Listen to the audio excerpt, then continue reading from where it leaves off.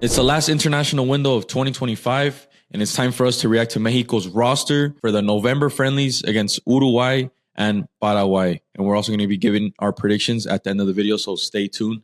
And as you guys can see, the new Mexico jerseys are on. I'm pretty sure Mexico's going to debut them this weekend against Uruguay.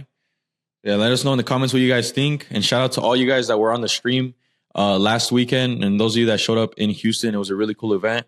And make sure to be following us on Instagram for future events like that, so you guys don't miss out on any giveaway opportunities or any chance to meet us or meet cool people like Jared Borghetti, who was also there. So let's get immediately started with the roster reaction. The three goalkeepers, Malagon, Talarangel, and Acevedo. No Ochoa again.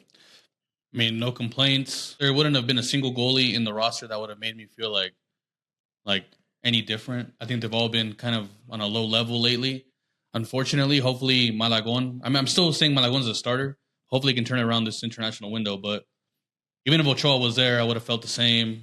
I mean, even if Padilla was there, he's never playing. So, I would have felt the same. So, it is what it is, the three goalies, to be honest. That's my reaction to that. Yeah, can't really complain, but I do want to see Acevedo get some minutes. I think this guy's been very underrated this year in Liga MX. All the Santos games I see, this guy pulls off an insane save every game.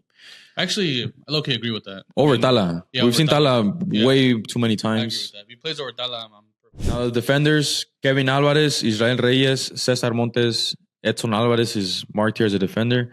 Johan Vasquez, Chiquete Orozco, Jesus Gallardo, and Mateo Chavez. Not really any complaints again. I mean, I think the only one that I would say is I would have liked to see Brian Gonzalez from Chivas or Gallardo. I mean, Chivas has been on fire lately. 6 wins in their last 7 games. He starts every single time. Very good. Especially because I think Mexico, we'll speak about this later, but I think maybe their best formation going forward might be a 5-back, and him playing as a wing-back, that's what he does at Chivas. I think is a better fit. And Gallardo, man, I mean, he's had 2 decent World Cups. I will give him that. Like, during the World Cup, he is fine, but he's already in his 30s. Like, I think it's time to move on. Like, why not give Brian Gonzalez a chance, you know? And if he wasn't injured, I would have called up Diego Campillo as well. I think he would have been a great option and a great player to see given a chance. Midfielders, Fidel Ambriz is back after, I don't even remember the last time he got called up to the first team. Eric Lira, Gilberto Mora made it despite fracturing his arm or his hand.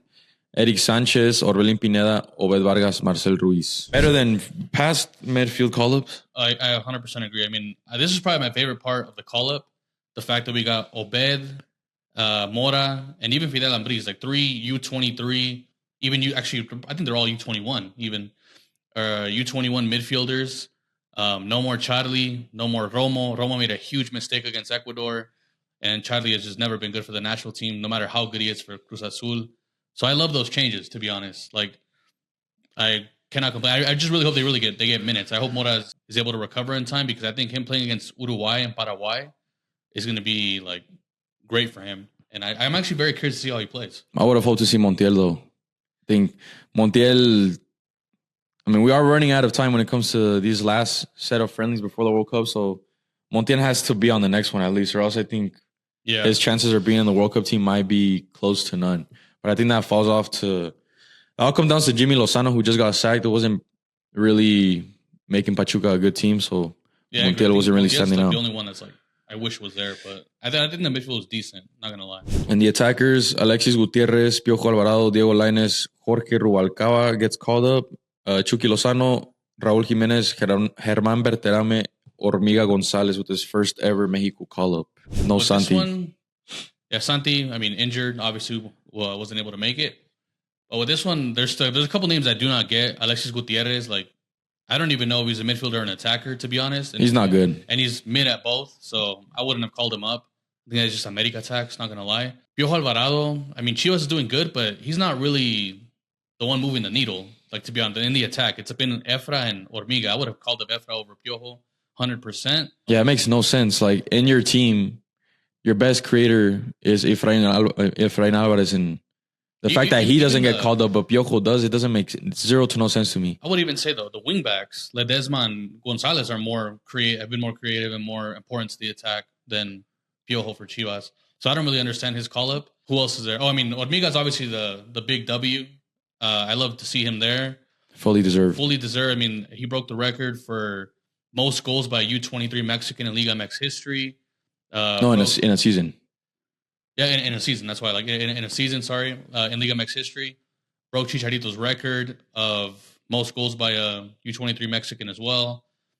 And tied for the league lead in goals. I mean, with like two players that are like very good. Like Paulinho came from Braga in the Portuguese league, very good player. Benfica, no? Or was it Benfica? Yeah. I thought it was Benfica. And then I forgot who the other Joao one was. Pedro from Serie A, I'm pretty sure. Exactly. Like just two ballers. I mean, I'd be surprised. I'd be shocked if there's not European teams looking at Hormiga already. And if he has like a goal in this window, I mean, maybe he goes in the winner. Who knows? Rubalcaba I like because of his pace. But I also, that, and he impressed me the last time he got called up when we played the friendlies in Brazil, when we played the Internazionale. He scored in front of a packed stadium against a Brazilian team. And not only that, if you look at his stats lately, I think it's been like 5 games in a row where he registers a goal or an assist. For Pumas didn't have a good season, but like he balled out. And then also because the simple fact, Mexico's wingers, we've been saying it, none of them have really earned a place like in the national team. Like none of them have done anything when they play. So like, why not give someone new a try? You know what? I'm gonna give the roster a solid like 7.5 out of 10. I think there's plenty of new faces that are pretty exciting, but there's still a few missing players I would have wanted to see, like Montiel. So now let's predict the 2 friendly matches, and then at the end of the video, we'll give our ideal starting 11 based off of the roster that's called up. So the first game against Uruguay, we're at home in Mexico in Torreon versus Uruguay, and then against Paraguay, it's in San Antonio, Texas. Uruguay does not have Darwin Nunez, and I'm pretty sure Federico Valverde is not going to be there either. I'm not going to lie. I don't think we're going to lose, especially it being in Torreon. I don't think we're going to lose. Yeah, I'm going to go with a 1-1 draw. Last time I predicted us to get a draw against Uruguay, it completely backfired. We lost 4-0. Yeah. But this Mexico roster and team is completely different. It's a different manager, different system, better players. I think more players in form. And then in that game that we lost 4-0, I mean, Darwin Nunez had a hat trick. He's not going to be here. And then Valverde is their best player, one of the best players in the world, one of the best players in all of South America. And he's not going to be there. He's their captain.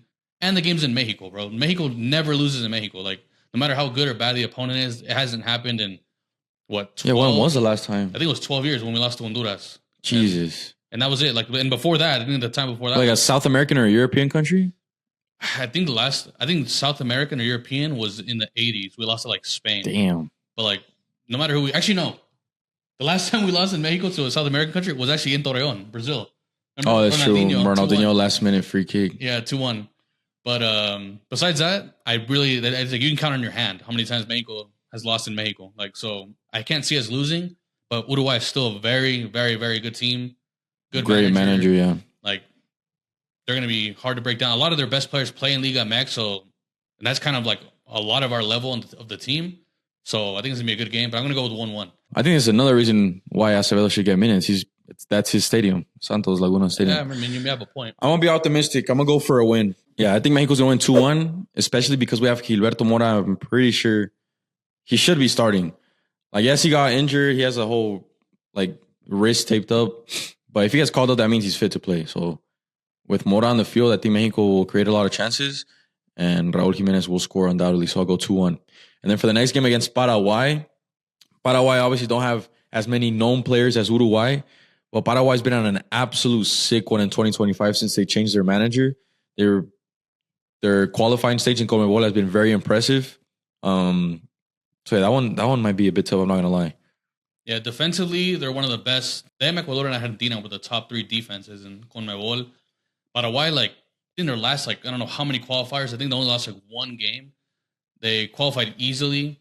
They don't have as many known players, but I think as a team, they're very good. Last time we played them, they beat us in a friendly in the U.S. 1-0.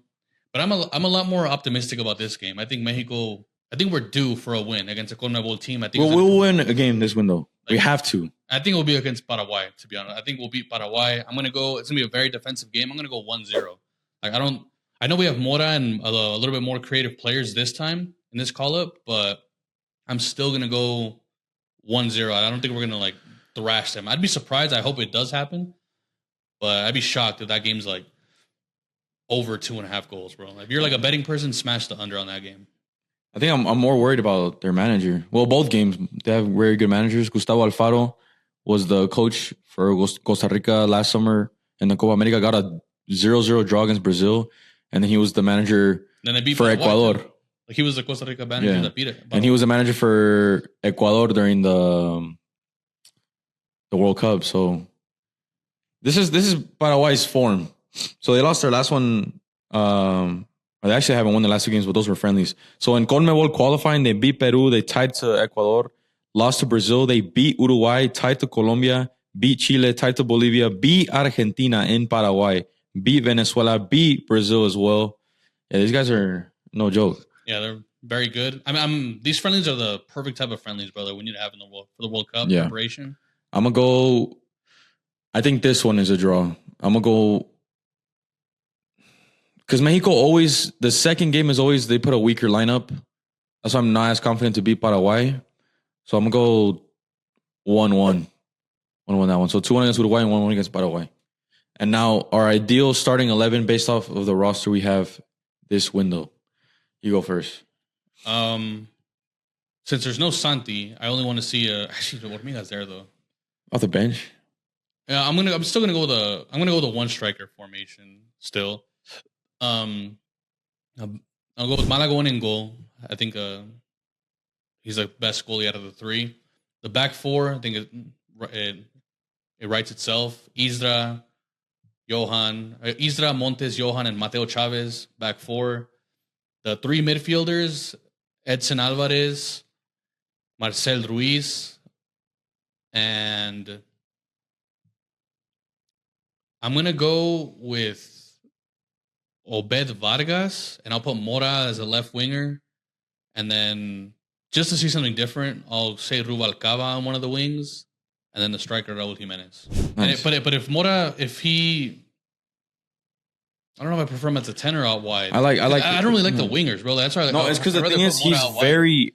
At times, I feel like he's just better starting on the left. Because obviously Mora is small, he's not the fastest, but the way this guy cuts in, it allows an attacking player like Mateo Chavez to run in behind, who goes up a lot. So I think I'm gonna agree. I might put Mora on the left too. So I'm gonna go 4-back. Mateo Chavez on left back. Cesar Montes, Johan Vasquez center backs. Right back Israel Reyes in net. Give me Acevedo to start. I want to see Acevedo start a game. CDM, Edson Alvarez, center mids, Marcel Ruiz. And I think it has to be Obed Vargas.